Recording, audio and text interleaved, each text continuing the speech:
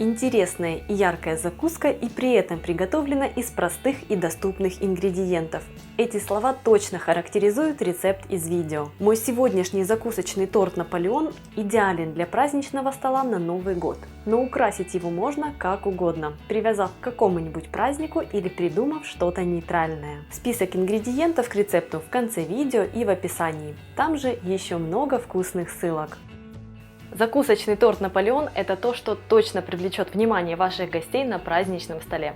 Всем привет, меня зовут Галина Артеменко, и сегодня будем готовить нетривиальный наполеончик.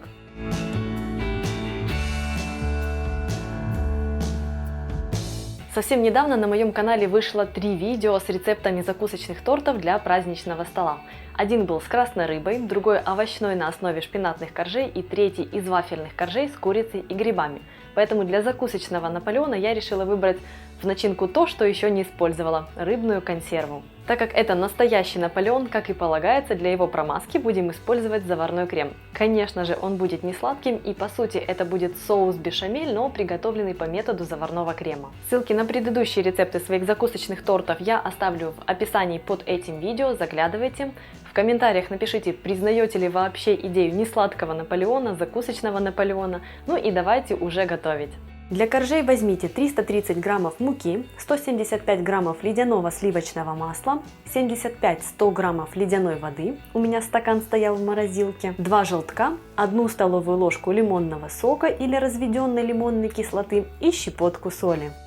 Для начинки потребуется 700 граммов молока, 2 яйца и 50 граммов муки. Соль, перец, 100 граммов твердого сыра с сильным вкусом, у меня чеддер, а также 3 банки сардин и пучок зеленого лука. Начинаем с приготовления теста и коржей. Для этого в чашу блендера отправляйте всю муку и добавьте щепотку соли. Отправляйте в чашу кубики ледяного сливочного масла и смешайте все до состояния масляной крошки. Температура очень важна в приготовлении такого теста, так оно будет максимально слоистым и нежным. Добавьте в крошку кислоту и 2 желтка.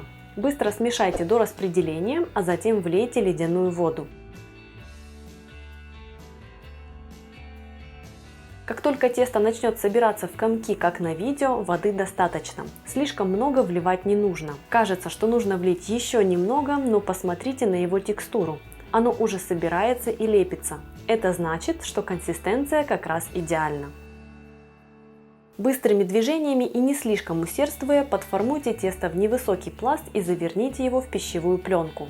Не стоит месить это тесто руками до максимальной однородности. Так масло начнет плавиться от тепла рук и коржи не получатся такими хрустящими и слоистыми. Отправляйте тесто в холодильник на час-другой. Если вам будет удобно, приготовьте его заранее. В холодильнике оно может ждать вас 2-3 дня. Охлажденное тесто разделите на 10 частей. 9 коржей пойдут на торт, 1 и обрезки на отделку. Текстура теста неоднородная, так и должно быть. Каждую часть подкатайте в шарик и уберите в холодильник все части, доставая и работая с одним кусочком теста за раз, чтобы остальные не нагревались. Припылите рабочую поверхность мукой и слегка помните кусочек теста, чтобы во время раскатывания его края не рвались. В процессе всей работы с таким тестом важно чувствовать, что оно холодное. Раскатайте тесто в тонкий пласт. Диаметр коржей для вырезания 20-22 см. Обрезки тоже убирайте в холодильник, потом они пойдут на выпечку для отделки. Уложите корж на противень, застеленный пергаментом, и накалите его вилкой, чтобы тесто не образовало неоднородных крупных пузырей во время выпечки. Выпекайте коржи при температуре 220 градусов до румяного цвета. В моей духовке это занимает 8 минут. Если есть режим конвекции, пеките по 2 коржа одновременно. 10-й корж выпекайте без обрезки вместе с остатками от предыдущих коржей. Отделочный корж и обрезки сложите в какой-то пакет и измельчите до состояния крошки. Это тесто очень нежное, поэтому крошится легко и просто. Можно сделать это как руками, так и помогая себе скалкой. Займемся начинкой. Натрите на терке сыр. Лучше всего брать что-то сильное – чеддер, пармезан или что-то подобное. В глубокой миске смешайте муку с солью. В зависимости от солености сыра возьмите от половины до чайной ложки соли. Добавьте перец. Вбейте 2 яйца и перемешайте массу. Влейте немного холодного молока, чтобы разбавить смесь. Тщательно перемешайте до исчезновения комочков. По желанию можно воспользоваться блендером. Остальное молоко отправляйте на огонь, и как только оно закипит, быстро влейте яично-мучную смесь и начните непрерывно мешать крем.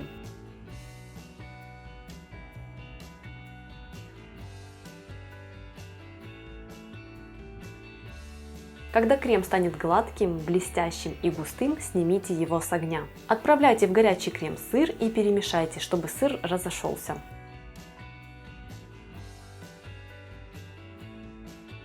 Посмотрите, какая потрясающая текстура у этого крема.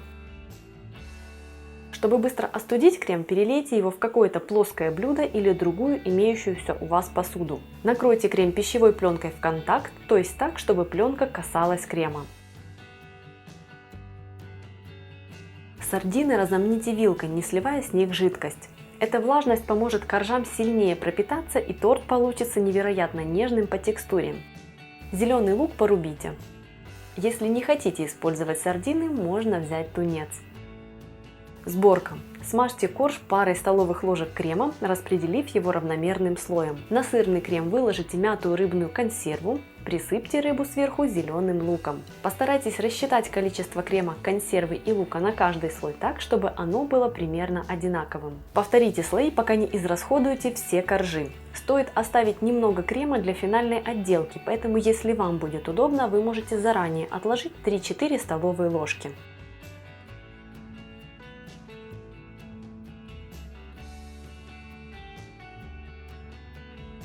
После сборки торт получится высоким.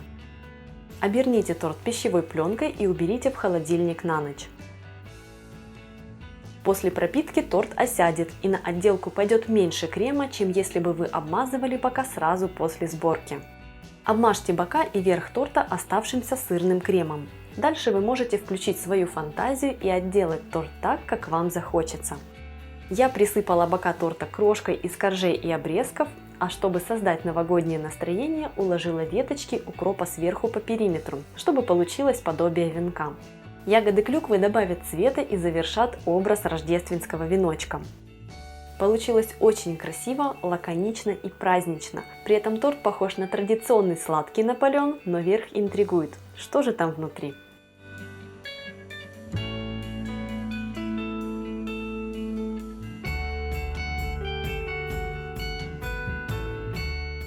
Ставьте лайк этому видео, если оно вам понравилось. В следующем ролике будем готовить очень сочную домашнюю буженину с очень интересным маринадом.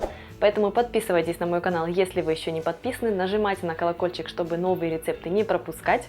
Меня зовут Галина Артеменко, и это канал «Жизнь вкусная».